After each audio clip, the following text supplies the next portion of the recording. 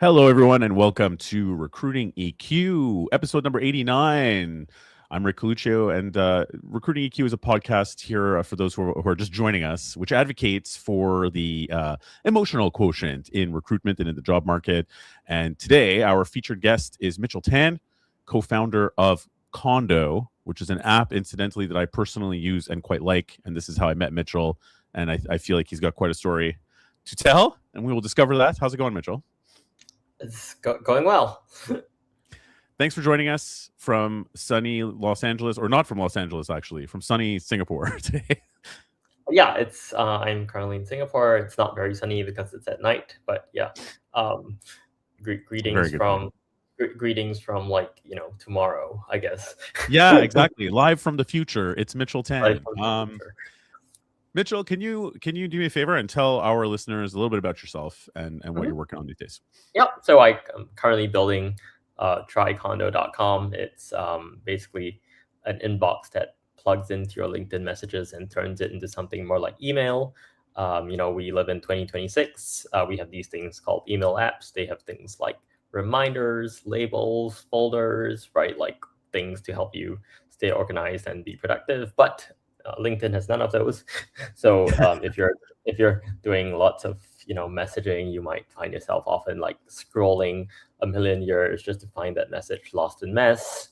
Right? If you're trying to follow up with people, you might end up making one big spreadsheet that has like dates and times and random tags in it. And Kondo ends all of that. So it basically helps you stay organized, move really quickly through your inbox, and not need to like track things externally. So that's me building that thing now. Have been doing this for the last year and a half, and then prior to that I ran a little recruiting firm called Beluga, and we had an icon. It was like a beluga with a cape, and we basically super beluga. Super beluga, and we helped early stage startups in Silicon Valley find software engineers and data scientists and other technical people. And that's where I got my idea for my current business, because I send a million LinkedIn messages and I couldn't find them.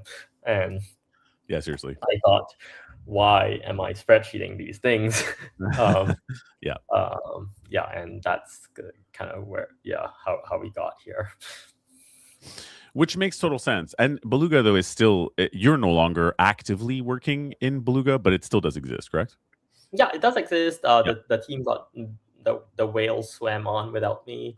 Like it got the team there has scaled. It's like an 8-person business now. They've done a lot of things after we left. Yeah, and I'd love to get into that, actually, because you and I were having a bit of a sidebar conversation earlier about sort of the process that you guys ran with Beluga, or that they're running now, and that sparked me to ask a bunch of questions. So let's get to that too, in terms of the relationship these days between technology and humans doing the recruiting job in a workflow way. Before we get too heavy into it, Mitchell, I would love to sort of get a sense of your whole trajectory career-wise. But before we do that, I would like to just point out why I personally was really interested in Kondo in particular. It was referred over to me by somebody who I've had a lot of great dealings with and whose opinion I trusted quite a bit.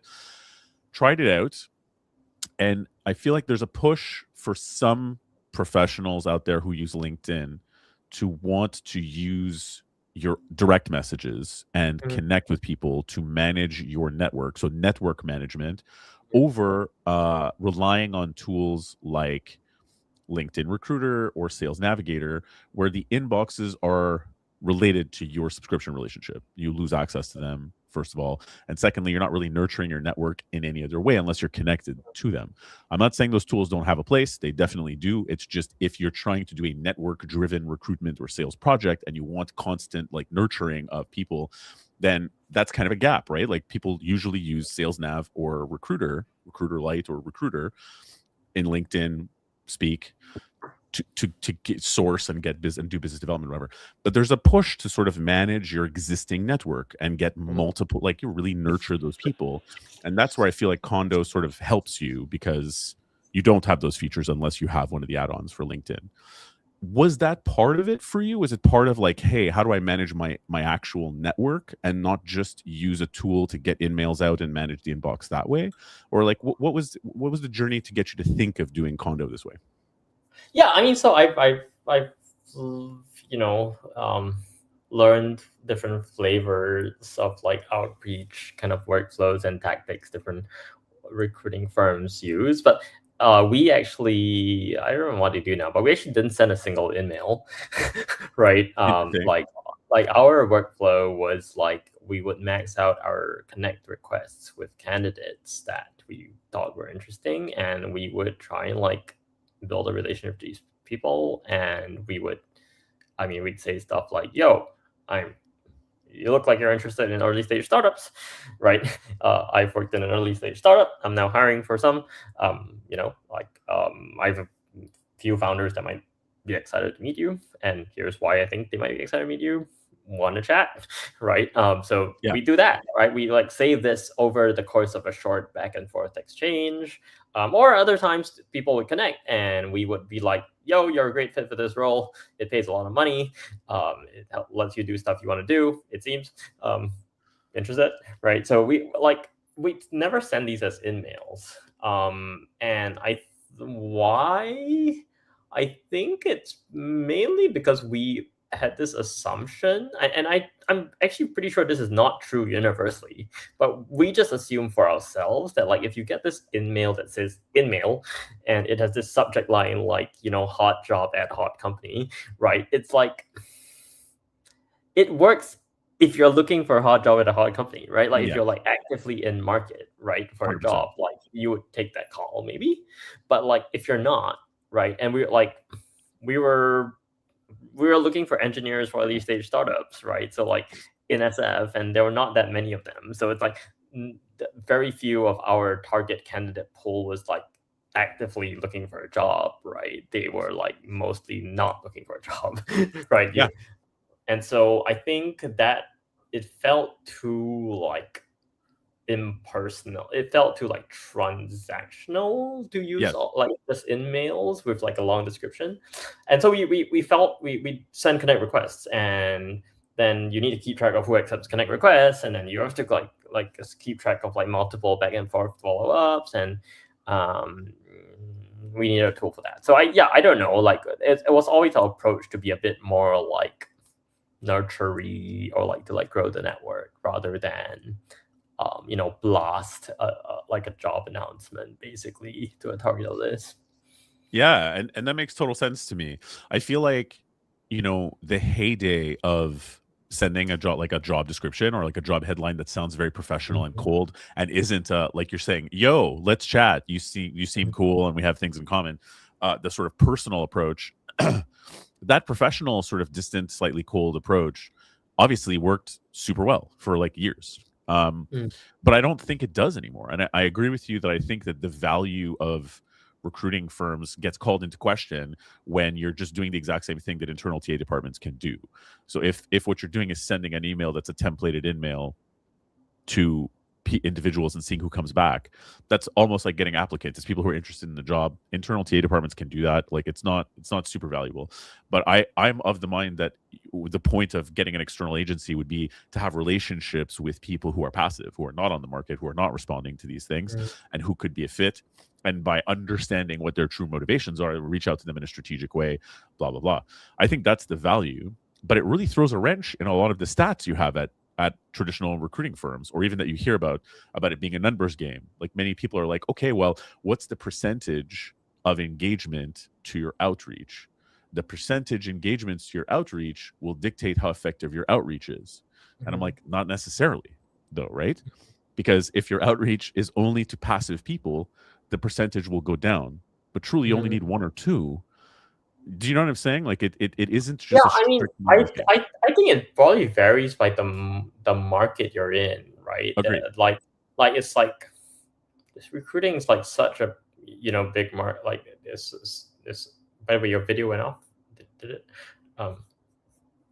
Yeah, It's your back. I video went apologize off. in advance. If my video goes off and my sound goes off, it is because I have the worst sniffles and sneezes right now, and I don't want to sneeze in the microphone, so I apologize. Please go on. Yeah, so I don't think we can generalize here, right? I think the whole Sure. point of like recruiting as an industry is like it's super fragmented. Like they're all like you pick your niche and like yeah. So I speaking for ourselves back then, I mean, again, we're looking for like software engineers in San Francisco for San Francisco companies. There aren't that many of them, like Yeah, small pool. like and we're in a mega like tech boom, right? And we're looking for like like top 25 percentile engineers, and these people can get 10 job offers tomorrow if they want, right? Like Yeah. so our role was not to just like tell people their jobs because they they knew their jobs, right? Yeah. Our role was to help people like our relationship with candidates is like to help people explore possible options that like they might like. In fact, often we're like helping candidates do like due diligence on companies, right? Mhm. Like as a top engineer, you want to know you want to like think through like whether it's a good opportunity or not, and you do your job. You're working in one company, so you don't see the market, right? But we see the market. Like we see a spread of like clients who want to work with us, and we want to work with some of them, and others we don't. We like spend all day thinking about like we think a bit like investors, like Yeah. what are the markers of a company that's good, like has a chance of making it next. We spend a lot of time with different founders. We choose to work with some of them. We choose not to work with them. So like we basically like in some ways the value we offered to candidates was, hey, I'm here to like help you think through your career, and if you want, like I can introduce you to a range of companies, right? And for clients, we were basically repping their brand, right? Like we were evangelizing for their teams, their culture, yeah, their product vision, in a way which maybe like the founders of these companies could have done themselves, but like not. We did this like all day, every day, like 60 hours a week, right? And so and all of this had to be human. Like like if someone's already can get 10 job offers tomorrow, then you don't like your emails, and even like if you send a little voice bot after them or something like that, like it's not gonna help, right? Like people are looking to make like difficult high trust decisions, and I think Yes. that's where like they want to talk to a human, and they want like human advice or yeah. Totally. And I think you articulated all of that very, very well. And I appreciate you doing that because I'm of the same mind entirely. I think that like one of the best ways to not like anybody who's treating their recruitment practice in a transactional way is going to get relegated to being a bit of a commodity. Anybody who wants to truly partner with a client is going to the value add has to be the recruiter themselves. They have to be able to build trust and give proper advice to hard to find candidates and understand their needs and motivations and where they fit in the market. And it just saves everybody time, right? That high trust decision making assistance, I think, is a really premium thing that humans need to do. So I totally agree with you, and I think that your tool actually helps people achieve that rather than just sending templated emails all the time. Which again, there's a time and a place for that, but it's a little easier to pull off. What you're suggesting is harder to do, and I think that's where the benefit of Kondo comes in. Yeah, I mean, I when I first started recruiting, I like talked to recruiters in different industries, and one of the industries I was sharing with someone in was like the kind of investment banking industry. So you like every year there are like 10 firms that like finance grads want to get into, and there are only so many grads, right, from like the top Ivy League colleges, and everyone's gonna land a job in one of these firms, right? So and there are like I don't know, like there's an oligopoly of recruiting firms. There are like these 5 recruiting firms, and the 5 recruiting firms talk to all the finance graduates, and they talk to all the firms, and they just basically like push applicant, like they push people in this like little bubble, right? And honestly, I mean, these firm do you really need these firms, right? It's like a little marketplace that like everyone gets matched eventually, and it's just like the firms competing with other firms for like the top graduates, and the top graduates trying to lever up their offers, and um, there's probably still a role for firms, and they make a lot of money because they control this like both sides of the marketplace, and they'll probably like make a lot of money for some time to come. But in terms of like how much value they're adding, I'm not sure, right? Yeah. They're just it's just kind of like they are in this apparatus which is not going away, and like there's a lot of money in it, so like they're basically like taking a cut of like a very well oiled marketplace, which is like good for them. Like you're not, if you can make money without adding that much value, yeah, why not? Right? Why Like not? For sure. but yeah, so that's like there are probably going to be niches where there's like transactional recruit, like a bit more transactional recruiting happening, where For sure. there's money to be made. But maybe in these cases, then you need like reputation, and you need the relationships with these like large entities, and it'll be hard for you to break into that, right? If you aren't Yeah. already like the middleman of choice, then you won't become one, because what could you possibly offer that's like that different, right? But I think in markets where it's not locked, where like like people could people could come from anywhere and go anywhere, and like engineering is a good example. Like you never like anyone can be a great engineer. They don't Right. have to have like, graduated from Stanford, right? And if you can find the engineer who like the market hasn't priced in, but like like is like it has like very Awesome. clear Yeah. evidence that they would like change a company's trajectory, then like you should be paid your full 30% contingency fee to find the guy, right? Yeah. Because like it's a lot of work, right? And so I think it's about like like what your market is. Like are you already like the big dog, or are you trying to break in? And then all that like factors into how much your relationships and relationship building matters. Yeah, I think that's very well articulated. Do you feel that even if you are the big dog right now, if you're doing that kind of more like less value being added, but more just like the historical reputation and being part of the well-oiled machine is all you're bringing to the table, do you feel like those people will one day be in danger because they're not adding as much value of like their fees going down, or the service being commoditized, priced out, or replaced by technology? Or do you feel like in other words, do you feel like people should be trying to go where there's the most value in order to future proof themselves? I don't know. I mean, I think I was just talking to someone the other day who they do like finance in like the raw markets, right? So like they move money in like Africa, Latin America, and like these are like industries which are very hard for AI to disrupt, because they how do you get the guy in like some like in Argentina to trust you, right?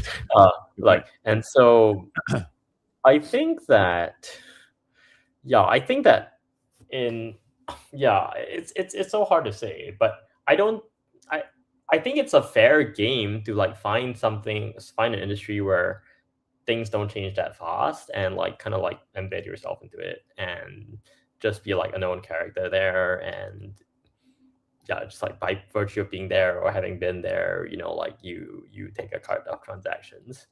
Um, I think that's fair play. But I mean, so no, like I don't think like hitting people on LinkedIn and nurturing your relationships is like the only Absolutely. like path to surviving or even thriving. I think it just is for like if you're hiring like salespeople for tech companies, then Sure. you probably, like you would be highly valuable if you had relationships with top salespeople, and you don't get these relationships to show up at your door unless maybe you were former like top salesperson yourself. You do this by like putting in the work of like getting these people to reply to you, like giving them something of value, like following it up with them over time, right? And that happens probably in LinkedIn, and then in your text messages if you're close enough, and then that's how it goes. There's one feature in particular for that you're saying that I found was desirable to someone like me too, which is sort of look at your network and see the people who are in your network, even by location or by company or whatever else, and see if you've never sent them a message. Because sometimes it is true. You connect with great people, and for some reason it slips through the cracks, and you've never even reached out to say hi, introduce yourself, and nothing. And that's a great sort of reminder. It's like, oh my god, look at these 20 great looking profiles that I've never even said hello to. Yeah, I mean, I think like LinkedIn, like at its core, LinkedIn is a Rolodex, right? Your connection list is like people that you've like met in some way or like bumped into somehow, either online or offline, and then they're in your like address book. Now that's like entirely in your hands to use your address book to go find people. If you're in the business of finding people, especially in recruiting, then you should 100% like go like flip your Rolodex all day, right? And well, LinkedIn makes it kind of hard because like it's kind of finicky, and you like click a million buttons to filter stuff. But yeah, I mean, something I do in Kondo a lot, like something people do in Kondo a lot, is like I'm traveling somewhere. I wonder if I can meet like interesting people who are like, say, in New York, right? Who are also in like my industry. Like I want to meet, I don't know, like performance marketers in LA or something. I wonder who I should meet. And then they're already sitting in your network. You bump into some of them at some point, and you just haven't like said hi. So yeah, Kondo makes that job a bit easier. But even if you don't have Kondo, you should do that, right? Like you should. Should. Yeah, I it's kind of, it feels dumb saying this, but like it's like the audience must be like, what, you think we're five, right? Like but like if people don't do that, like there are lots of, I bet you, if there's anyone listening to this at all, there are like at least a dozen connections that by reaching out to them you could get some opportunity out of in your connections. The challenge is like finding them and actually doing it. And yeah, we don't do that enough. Like they're probably like the warmest pool to start from, and yet we spend more time like building new lists of people than like mining existing connections on LinkedIn. Yeah, and I would say that personally, as just as a rec direct for like 7 years now, and talking to recruiters all the time, all day, every day, in different places too, in the UK and Canada and the US, predominantly US, but still, I feel like a lot of a lot of recruiters come up in an environment where they are trained to sort of keep a safe distance. I think it's Mm, the result of people trying to, get a training program that is like scalable, and so mm. it doesn't rely recruiters from a young age, or like a young, junior in recruitment, when they're being trained, they aren't necessarily encouraged to be that much of an individual and just befriend these people and talk to them like people. They're encouraged to sort of build an email sequence, and you know what I mean. And so I think that it's just been the trend, especially since COVID, to not do the sort of more traditional old school kind of thing like you're suggesting, and just make friends with these Yeah, people. I mean, it's interesting, right? You see this like happening in sales as well, right? Yeah, Like absolutely. once upon a time, if you were like an SDR, you could just go build a little email sequence and outreach or something, and you just like go press buttons, and some people reply, and cool, meeting booked, right? And Yep. like that used to work, like it used to work. Okay, charm. Yeah. Um, and then okay, that doesn't work anymore. But like, Right. okay, now you just go on the phones, right? Yeah, like you thought you make 150 dials a day, and you'll book some meetings. That's great. But basically, like sales is that there's so much alpha for salespeople who break that mold and like build like a genuine rapport and trust with their prospects, especially if you're selling something complicated. And if you think about what you're selling in recruiting, you are selling people very one of 5 times in life change in their career, like you are selling for yourself maybe a $20,000 to $40,000 deal. Yeah, or This more. is kind of like enterprise software, right? And so if your deals are worth that much, if there's so much upside from getting a deal right, then it is, and also like these like spray and pray approaches aren't working anymore, right? Then like what is your real job? I think your real job is to like stand out, to be like like in a sea of messages people don't care about, to be like the guy who people want to talk to, and the Yep. guy who people trust, and the guy who people remember when they think about this category of thing, which is like a job or this type of software. And I think that's like lasting leverage you can build, and it's yeah we have been in an arms race for a while, where like for attention, right? Like the more Yes. automation stuff, and then like people have to filter out like the automated things they get, and what cuts through is people who care. Like, do you care enough about me to like you know like are you actually interested in my career? Right. For sure. And if you can demonstrate that, then you have a relationship, and this relationship can be very lucrative. Yep. And I think you hit on something really important that I feel sometimes gets lost in the shuffle, because when you're doing recruitment, you're so busy, you speak to so many people, it's hard to stay fresh in every perspective and call, because there can be a lot of repetition. But it's that curiosity and that interest in getting to understand someone's past career, to know who are they, what makes them tick, what are their motivations, what are the things they've liked and not liked, so that you can ask yourself the question, like you're saying before, and truly advise them in a high trust situation and say, you know what, maybe this job isn't right for you, actually, because it's a lot like this other job that you didn't like for X or Y or Z reason, instead of just approaching them and being like, take my job, please. You know what I mean? Yeah. Yeah, absolutely. And also like yes, it's hard, but like recruiting is hard. I mean, yeah, like again, you're selling, you're selling a pretty high ticket deal, right? Yeah, Like you do 100 of the, if you close one of these per 100, that's pretty good ROI on your time. And 100%. so like like the whole reason, you are paid to have excessive curiosity in like people's careers. And yes, it's tiring, but like tell that to the salespeople who are doing like like long 5 stage like discovery processes with like Yeah. large environment. Like I mean, it's just like no, I don't think it's easy. But like if you, which is why I think enjoying it helps, right? If you actually are curious about people and what they do and what their jobs actually involve, and how they think about like the trajectory of their careers, right? Then obviously like that would help. But It helps tremendously. if you're in it to because someone said commissions are high in recruiting, and you want like that's probably you're probably gonna get pretty tired because it's Yeah, hard. pretty tired and possibly pretty bored, right? If you're not truly curious about people and their careers. Yeah. Again, unless maybe you're recruiting, finance grads for investment banking jobs, Yeah, then then you don't need to. right place, right time, right? I don't know.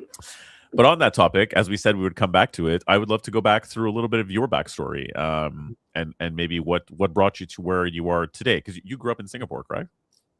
I grew up in Singapore, and then I moved to the US for college. Came back for my first job, and then moved to LA for startup stuff.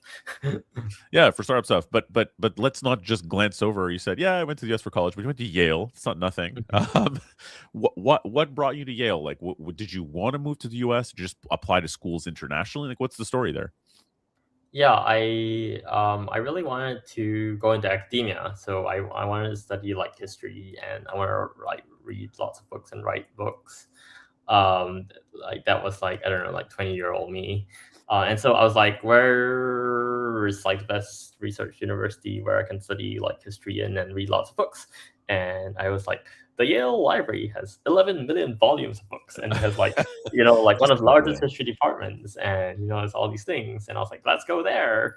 I also applied to Oxford and Cambridge, and I was like, well, Yale has a larger library than apparently. Then I was like, oh, yeah, whatever. Like, it's Sure. actually true, but like, yeah, I Yeah, yeah. mean, so that's why I went to Yale, and I I actually did that. Like, I read like, I remember we had like a 200 book loan limit from the library, and I maxed out my loan limit all the time. And Whoa. I would like bring a suitcase to the library to like get all these books to bring it back to That's my awesome. apartment. And so yeah, that's why I went there. And I guess I'm not an academic now, so like, what happened? And I Indeed. mean, well, I realized that like you can be really into you can be like a top researcher and still really struggle to find a job because the academic job market is like a small and B shrinking, and C involves like lots of like random happenstance, chance, luck and chance things. Like, it's very hard to control your destiny. I think that's one of the reasons why I like being an entrepreneur and like running my own business, because um, it's you against the market. It's like pretty meritocratic, right? Like, Yes. if you figure it out, you figure it out. If you don't, you don't. And if this market's not working, you go pick another market. Like, nobody will like get in your way, right? Yeah. Like, and Sky's the limit. so Do whatever you want. yeah, I think ironically, academia is like, I mean, like, the whole point is like the merit of your ideas and how much work you put into your research. But on the other hand, it's not very meritocratic. Like, but you can have stellar research and still not get a job, for like all sorts of random reasons. But I think like it's fair. Like, if you run like a top tier recruiting business, you will make money, Right. right? Like Totally. uh, there, and if you don't, I mean, I think even in like a recession, the best recruiters make money. So, um, Yeah, for sure. And um, and largely, I would argue because of things like you said before, right? If you're running a very commoditized and transactional recruiting practice, it can affect you for sure. It'll affect your bottom line in the market. But if you have those true relationships, trusted relationships, then the recession just changes your focus. You have to shift gears and be creative for sure, but you can still make money. yeah, so I think ironically, business is like a very meritocratic space. It's like Totally. it rewards the ingenuity of your ideas, like the amount of effort you put in, like your hustle, right? And I think that's why I kind of fell in love with it, working for a startup and like running my own. Um, uh, yeah. If you build like I now run a SaaS company, right? So like, if you build good software, people use it. If your software is bad, nobody will use it. We're quite simple. Yeah. And then if you build a SaaS no one wants to use, just go build a better SaaS or build a different SaaS, or like, and yeah, I mean, there's obviously some luck and chance, but I mean, your like quality of work and like amount of work is rewarded by the market, apparently. Yeah. Yeah, and value, right? Like what's how much, it could be a beautifully designed piece of software, but if people don't need it, Yeah, and so you're I think stuck. it forces it, like, yeah, it really kind of like, I my first job out of college was like in a marketing consultancy, right? And we consulted for clients, and I would say like, we consult for very large clients, like the Googles of the world, right? Like Coca-Cola, Procter and Yeah. Gamble, stuff like that. And often, like, honestly, in consulting for companies like that, it's not really about like you can have really bright ideas, but at the end of the day, the client's paying you so that you can say Yes. something to rubber stamp like what they already wanted to do, so that they don't take responsibility for it goes wrong. And so like, I would say like that was also like not a super meritocratic role. Like the merit idea, like there were other things going on, and like you would get these like you get consulting contracts because of a long term relationship that a partner had with someone on the client side, right? And yeah, so I think I that was what I did after school, and again, like all this kind of led to like why I'm kind of like quite passionate about running a business myself, because it's not you chart your own destiny, and yeah, um, like you don't have to politic your way into success, right? You can just like build a valuable thing. Yeah, that's very well said. Very well said. What would you say in your journey now that you've been an entrepreneur a couple of times over? You're in SaaS now at this point. Is it mostly recruiting and salespeople that use your tool, or who Hmm. are the people who use Kondo the most? Yeah, I think actually like yes, I mean broadly defined, like people who uh people who like sell something on LinkedIn. Right. um but I mean with some, yeah, so I'd say like it's quite a broad range of people, from like founders to like people raising money to people hiring people Gotcha. for themselves or for their clients. Yeah, so sales and recruiting are big use cases for us.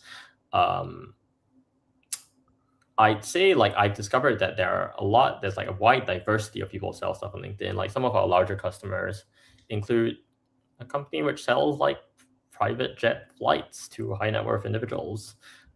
Right? Like I wouldn't have guessed that these sales are made on LinkedIn. We Yeah, seriously. we Me have neither. like fitness coaches. We That I have get for sure. financial advisors. We have niche content creators, like experts in a very specific domain, like explosive safety, or like Whoa, cool. yeah, we have some lawyers, so I think I've been surprised by like how diverse a place LinkedIn is. Yeah, that's true. And there are 150 million daily active users on LinkedIn, in case anyone hasn't heard of that. But like that's a lot of people, and Yeah, that like a lot of different type of people, right? for And sure. yeah, and many of like many different kinds of people have lots of messages and make money from messages, and in ways you don't really understand or know. And yeah, I'm grateful in my seat having like building the software that many of them use, that I can discover this little world, right? Yeah, for sure. It's changed a lot, I find, LinkedIn, in terms of the diversity of the people who use it and what they use it for. Like 10 Mhm. years ago, it was completely different, right? It was mostly, business professionals, TA departments, people who just like people who were only looking for a job. They didn't have a LinkedIn unless they were looking. Now it's Mhm. like it really is a robust network of people even just meeting each other. Yeah, I mean, I see like a lot of direct to consumer brands and founders on LinkedIn as well. You'd Totally. expect that they hang out in Instagram, Yeah. but like if you're a brand, like and you're selling to like let's say like large stores, and the buyers in those stores, like guess where those folks are? They're on LinkedIn. They're not they're not even on Instagram, right? So Yeah. like it's kind of interesting. Like yeah, almost everyone's on LinkedIn now, It's true. and mm, like yeah, they're even like construction professionals on LinkedIn. Like things you'd expect are like more blue collar. Things you expect like are offline, right? They're not. They're just all coming online, and where are they going to go? Well, not Twitter. Well, not TikTok. I mean, people hang on TikTok for sure, but like it's not Totally. where they like you don't go TikTok DM people about business stuff unless you're a content creator or something, right? So Yes. yeah, I think LinkedIn is where the serious messages that haven't made their way into text or email are at. Yeah. Agreed. Agreed completely. What do you think has changed in your mind, in your market, or in sales, or what observations do you have about how things have changed in 2026 or even maybe late 2025? Because I feel like things are changing very quickly, and some people are still stuck on the things that were working in 2023, or that were, what I mean, that were problems then that are no longer problems. How do you feel about how it's evolved very recently? Yeah, I mean, I think this is like I'm surprised that this is still somewhat controversial, but like the Sounds juicy. like a like like Opus 4.6 allows everyone to like be a builder, right? Like you can build any piece of software you want, right? Like even if you don't understand what JavaScript is, right? And like if this sounds like hype to you, it's because you haven't done it. You You haven't haven't tried it, tried yeah. it. Like it actually works, right? Like That's crazy, yeah. and I think to articulate like why this is for people who like for whom this is like seems new or controversial, it's because models got really good really fast. Maybe not at everything, like like there are all sorts of jokes about how they can't do basic things like or they write like sloppy posts or like AI sounding posts or whatever. Like, but like if there's one thing that I think is uncontroversial, like large language models write code very Right. well, right? And guess what? When they write code very well, they can build software for anything. And like software is like a great lever for your operational efficiency in any job, right? And so, like I think the breakthrough is that like these models allow you to like, as someone who has zero technical background, to like figure out now like how to build software for yourself that will like fundamentally change your workflow, and it can build this thing in like hours, if not minutes, not in days or weeks. It to For the people who are like not aware of this, software engineers don't write code anymore. Software engineers like babysit or review the code that like models spit out, right? So like if they do that, if they're doing that, and I mean that's a good reason why you still pay engineers money. But like anyone can be a builder, right? Anyone can build anything now. That's like a digital product, and so I think we're still early days. Like some people still don't believe this, or they don't think it should be, or like whatever. Like, and fine, right? Like have your own opinions. I don't care. Like you're entitled to them. But the reality is that like this is anyone can build anything now. um, and some people will do that, and those people will get ahead. How will they get ahead? They will basically be able to automate lots of like automatable things away. Now, you can't automate like building human relationships away. You can't automate like having trust. But you can automate like all the random admin stuff you do, which takes up 20 hours a week, and if you can automate that away, then now you're 20 hours richer in your week. And then you can do 2x of the things that the other guy who hasn't figured out how to do that is doing. So if you haven't got on the bandwagon, it's like not too late to, and it's time to. And but you're just like get on back. Don't expect it to like go be a recruiter for you. But yes, expect it to like like build you a tool where like you throw it a spreadsheet of names and it does everything else for you, right? So I think that's very interesting, and it is a big change. Do you think that once people do clue in to the fact that they can automate their own processes in perhaps a bespoke way, do you think that there's a bit of an existential threat to the thousands of different tools that come out every week that you see? Maybe not thousands a week, but still hundreds a month for sure of tools that people would be paying for in SaaS.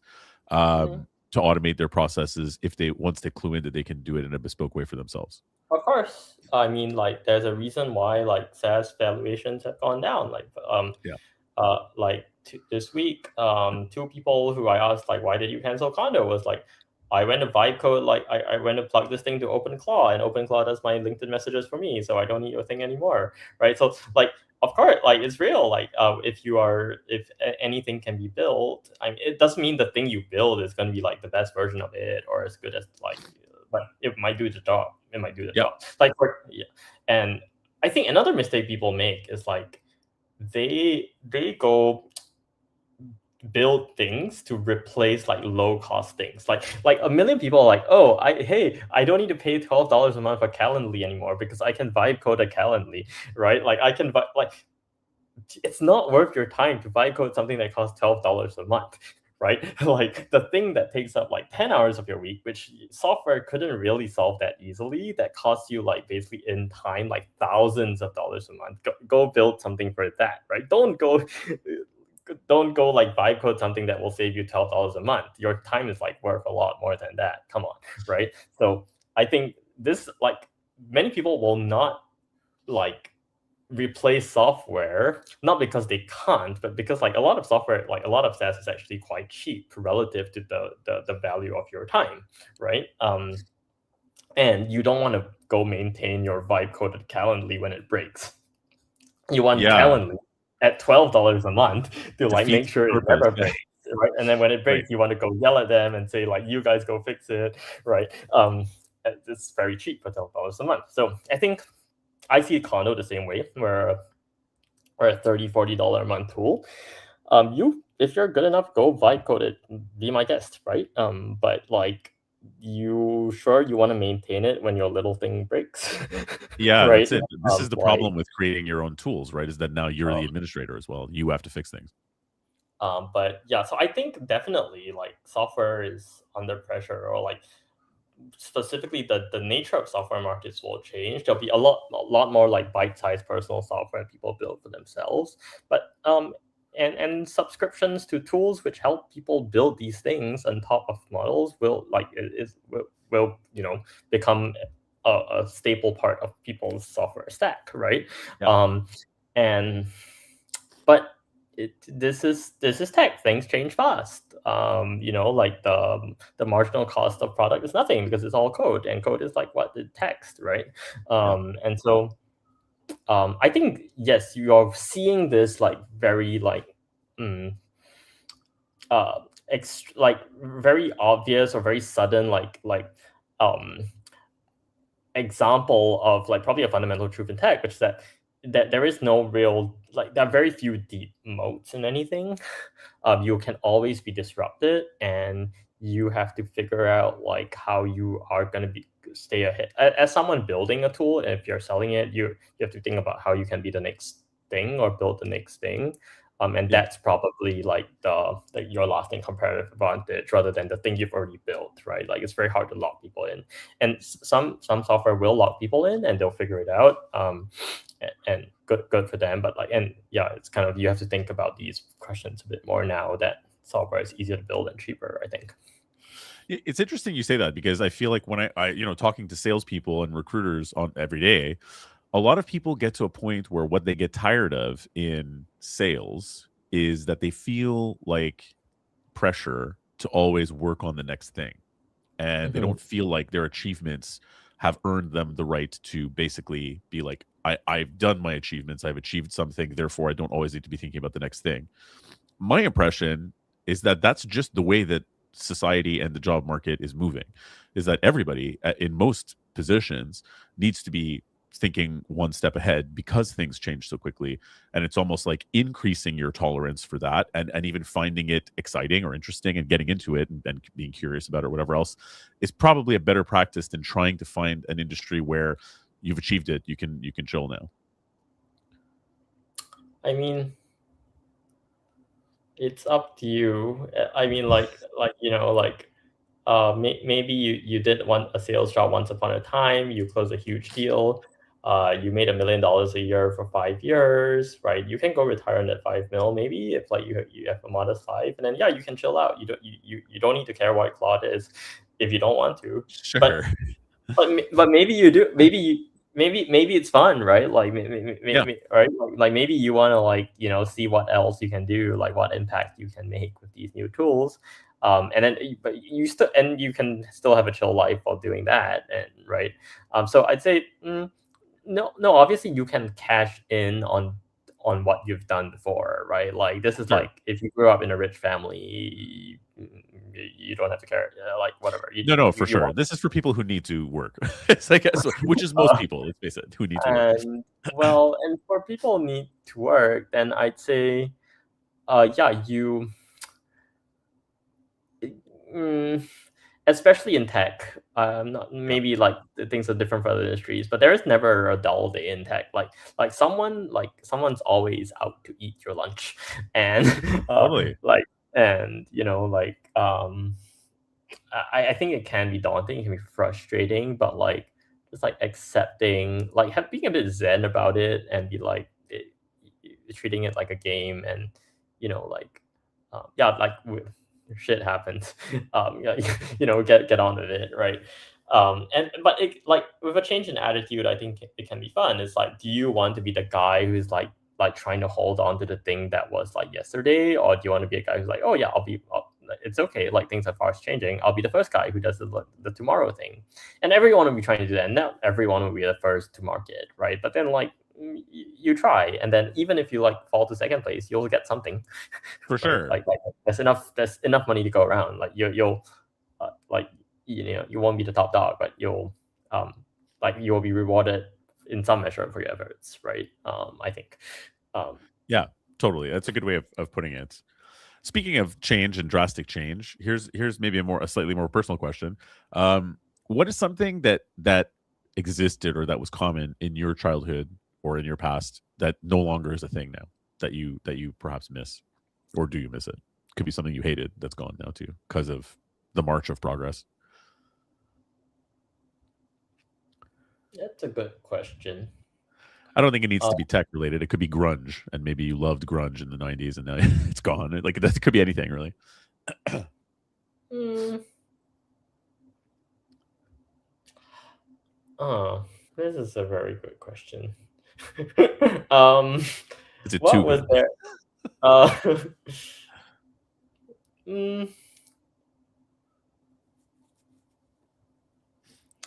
I don't know. I feel like one thing that's a bit hard to like even remember how things were like is like once upon a time, like there was not like people weren't on social media all day, right? Like Yep. what like once upon a time, like yeah, you'd go watch a YouTube video now and then, but like it was like everything there weren't shorts. Yeah. Like your phone, like it's something to do with like the iPhone came out and got like really good, whatever, like there was an explosion of like attention grabbing content on every possible platform. um like I think the attention like our attention spans have decreased significantly.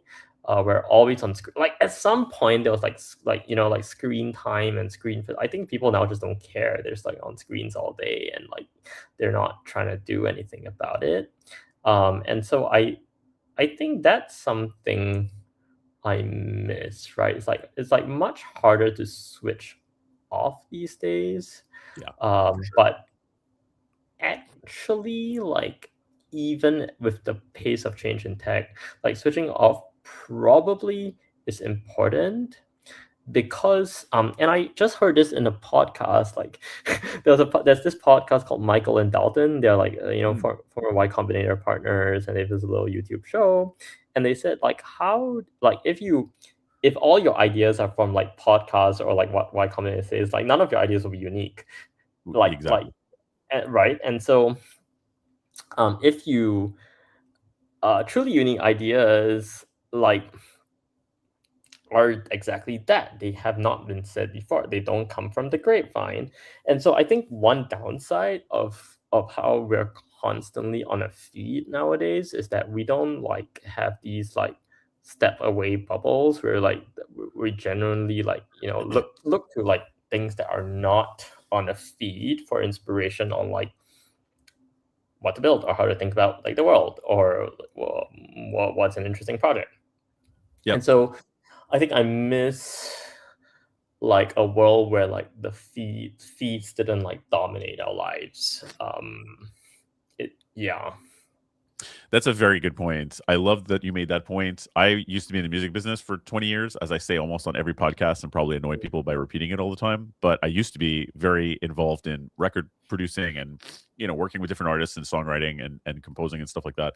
And I was teaching lessons at some point in a past life, like years ago, on composition. And people would be like, "How do I write better songs?" And I'm like, well, there's a reason why some artists' quality of songs and originality goes down the more famous they get, because if all you do is write songs, play songs, and listen to songs, what do you have to write about, right? Like you need to go out and live. You need to live life, and then creativity will come because of the situations and the emotions that you have from living a life.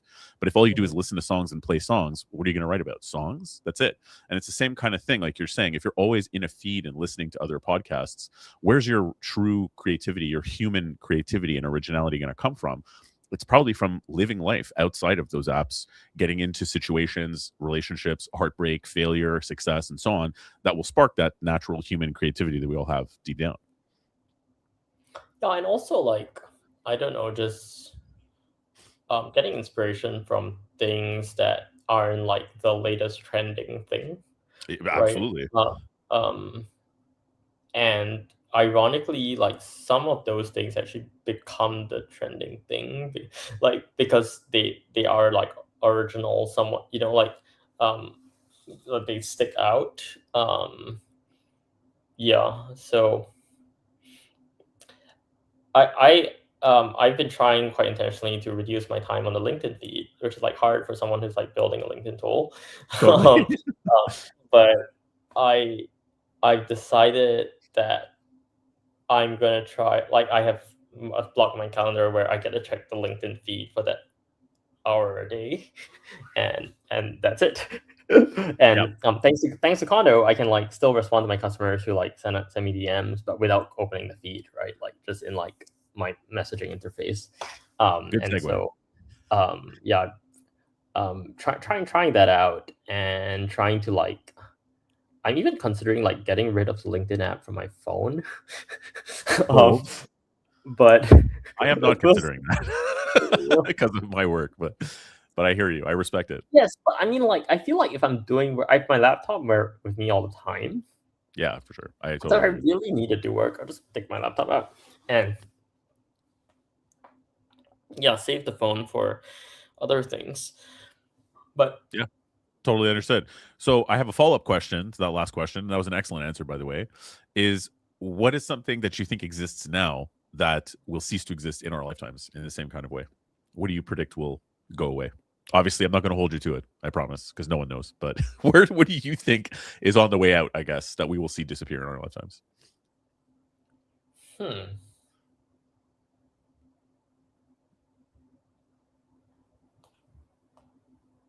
Do you think people will be able to unplug and get off of social media eventually, as an example, or nope, are we done? Nope, we're stuck. nope, We're stuck with it. no, nope. Ads are not going away.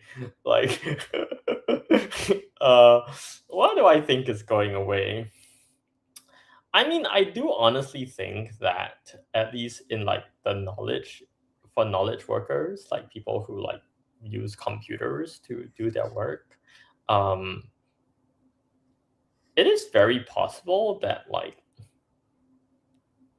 certain like people stop using certain things. Like, I mean, I even want to say that people will not use spreadsheets in the same way in 30 years from now.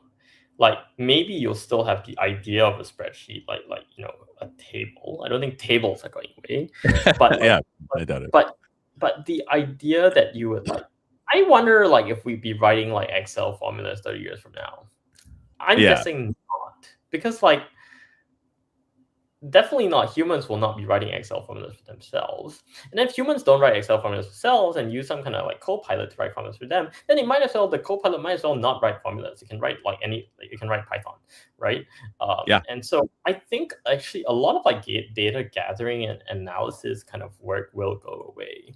It seems like the most like democratic application of AI.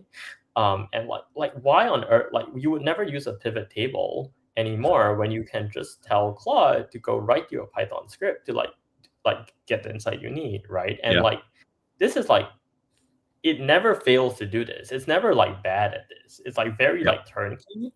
Um yeah, and so I believe that some like the traditional like data analyst kind of role will go away.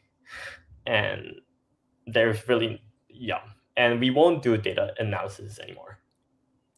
I'm pretty sure. Here's a follow-up question for you on that, and I agree with you. I think that it's already going away, right? And I totally agree with you. Maybe I'm just quick to think sci-fi and say I don't even think it'll take 30 years. I think it'll take just a few years before we start to see a big trend.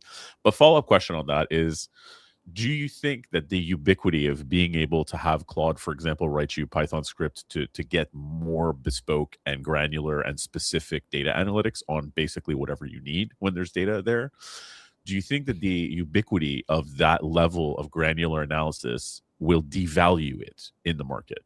Meaning that the the industry around data and the, you know what I mean, like the market value of data analytics, quantitative data analytics will go down, and perhaps creative ways of getting qualitative data, which is a little bit more in the human realm of what's going on and less just in the speeds and feeds, will go up.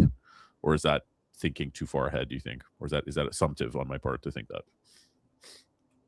It's a good question. I mean, I think like the way to think about it is like these things are cheaper, right? So like that, like for example, when I went to high school, we had these things called scientific calculators, and we Yeah. definitely don't use those guys anymore, right? No, Like, for sure. and so like why? Because like math is cheap, right? So I don't think that the value of good math has gone down. I just think that it's like very cheap to deliver, right? So I Yeah. don't think like good insights will ever be bad insights. For example, I don't think like good pricing strategies in like e-commerce will ever like not be effective, right? Like they work because of like the way like fundamental human psychology on how people buy. So like a good pricing model will be good. It's just cheaper to get a good pricing model. So maybe like, like the economy will be more efficient. But I think at the end of the day, yeah.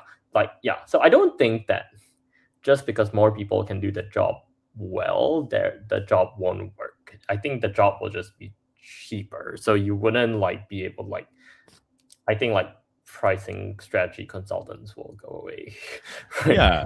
And I think my thinking is more like, if everybody can access this cheaply, then everyone will have a good pricing strategy. Everyone will have a similarly good, because all of them are Yeah, and using I AI don't think tools. that negates pricing. It's like how like if everyone gets better like healthcare advice because like LLMs become better like primary care doctors, like does it mean like like everyone gets less help? Like I think that that's how to No, think no, about exactly. it, I right? agree with that for Yeah. sure. Um. Yeah, but I don't know. And I mean, and I who don't know. does? But I'm But like curious. I don't know, like if you're day trading, if like if like if algorithms like if everyone has a perfect day trading algorithm, then this is like strictly competitive, right? Like if like Yeah, the whole point of alpha is that like you have a strategy which no one else has, and so that's exactly I it. so I think that applies in some cases. I don't think it think it applies universally to all the things that AI will make easier. But maybe in No. some things, yes. But this all that means is that it will put like an even greater premium on people who can like get ahead of the curve, right? Like to like challenge the kind of like tried and tested way of like doing this thing. Like it'll reward creativity more because at the end of the day, like AI is fundamentally regressive. It infers from data that it already has, or There you go. data that already exists in the world. It can't like come up with something fundamentally novel. I think at least. Yeah, I don't know, but might be wrong. No, but I mean, that's the sort of raison d'être of this entire podcast, right? Is to sort of suggest that the human traits like creativity and empathy and resilience and all those kinds of things will probably go up in value in the job market, because that's what it will take to be a differentiator, right? Because a lot of people will have access to similar quality tools to do a lot of the other things. So yeah, I'm on the same camp that I think creativity will be more rewarded as things evolve. Mhm. Um, and you know what? That's a good place for us to end it. Somehow we've already gone a whole hour. I thank you very much, Mitchell, for joining us and giving us your insights. We'd love to have you back again anytime. Uh, trycondo.com. In fact, we are going to have a partnership link that's going to be available here on LinkedIn or on YouTube or Facebook or X, wherever you're listening to this right now. Obviously, you can catch Recruiting EQ live on Wednesdays. You'll see these sort of invites come out Wednesdays at noon EST, or you can listen anywhere you get your podcasts after the fact, where once again, we will have that partnership link. I invite you all to click it and to try Kondo. It's worth it. Okay. Thanks, Mitchell. Thank you.